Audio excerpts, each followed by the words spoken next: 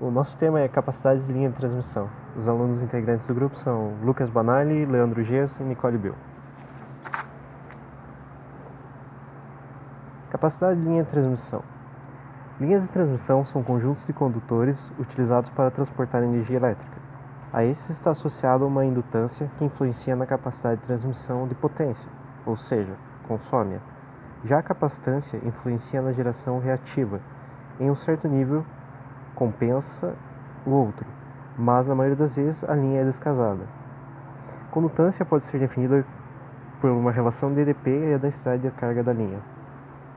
Em linhas monofásicas bifilar, a linha monofilar tem capacidade nula. Já as linhas formadas por dois ou mais fios têm a soma das densidades de carga dos fios nula, e o campo elétrico é mais fraco ao nos afastarmos da linha. Quando a Terra é usada como retorno, a mesma configuração acontece, ou seja, lambda1 mais lambda2 é igual a zero, onde lambda é a densidade de carga excedente por unidade de comprimento.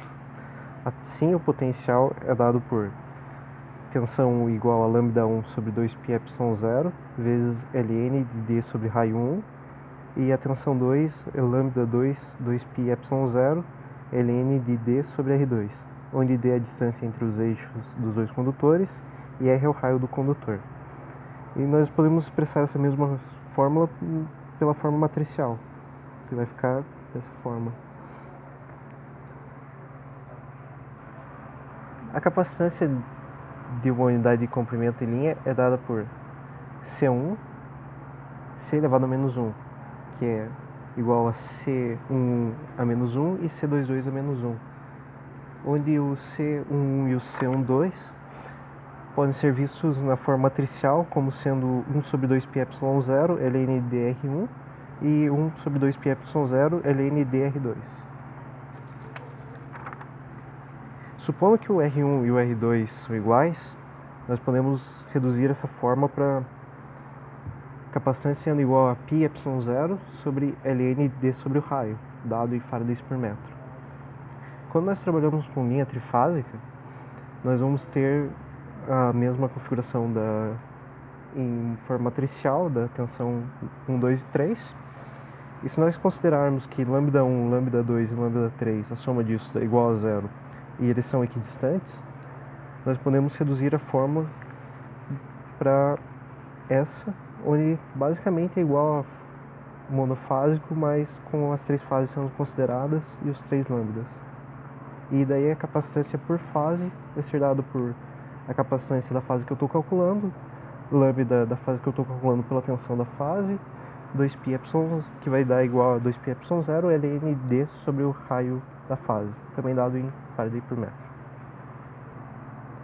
Se nós considerarmos a influência da Terra na capacitância, a presença da Terra aumenta a capacitância da linha, e assim a DDP entre o condutor 1 e o 2 pode ser dado por lambda sobre 2πε0 ln de 4h ao quadrado d ao quadrado sobre R1 R2 vezes 4h mais 4h ao quadrado mais d ao quadrado, isso dado em volts. E se nós considerarmos o R1 igual a R2, a capacitância é dada por π vezes ε0 sobre ln de 2hd sobre raio vezes a raiz de 4h ao quadrado mais d ao quadrado, dado em farads por metro, onde o h é a altura do cabo em relação à Terra. Agora, para poder exemplificar, a gente vai resolver dois exercícios aqui para entender melhor essas formas e como utilizá-las.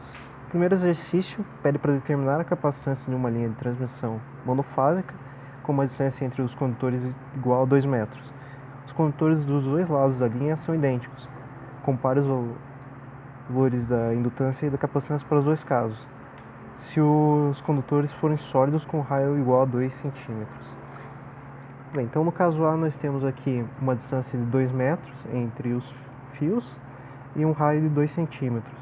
E é basicamente aplicar aquela fórmula que a gente tinha visto anteriormente, onde que a capacitância é πε0 ln d sobre r. E vai dar um valor de 6,03 picofarads por metro.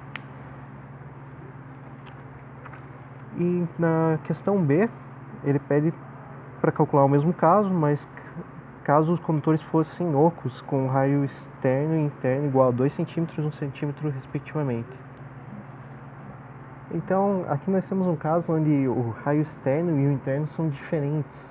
E se a gente relembrar lá atrás, onde a gente fez uma consideração para poder usar essa fórmula, onde os raios seriam iguais. Mas como no nosso caso são raios diferentes, a gente vai ter que usar a fórmula mais completa e substituir os dois raios aqui em cima. Que nos traz para cá, onde eu quero calcular a capacitância. Primeiro eu aplico o 2, que é a distância entre os cabos, 2 centímetros do raio externo, mais o 1 centímetro do raio interno. Fazendo os cálculos eu vou chegar a uma capacitância elevado a menos 1 de 1,781 vezes 10 a menos 11, mais 11. Invertendo eu vou chegar a uma capacitância de 5,61 picofarads por metro.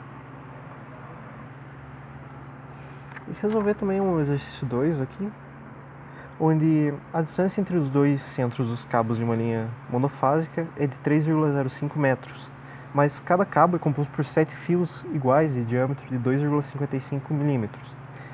E nesse caso eu também quero determinar a capacitância por unidade de comprimento desta linha. Então nós temos aqui, né, a distância de 3,5 metros entre os cabos, com 7 fios por cabo. O diâmetro foi dado 2,54 milímetros, que vai resultar num raio de cada um desses 7 fios de 1,27 milímetros. Para o cálculo do raio em si dos 7 fios, eu multiplico eles por 7, dando 8,89 milímetros, e aplico a fórmula novamente, substituindo πε0, d que é 3,05 metros e 8,89 milímetros, eu vou chegar numa capacitância de 4,66 picofarads por metro. Bem, resolver os dois exercícios, eu acredito que essa era a maior parte da teoria e das fórmulas utilizadas para definir a capacitância das linhas de transmissão. Agradecemos pela atenção.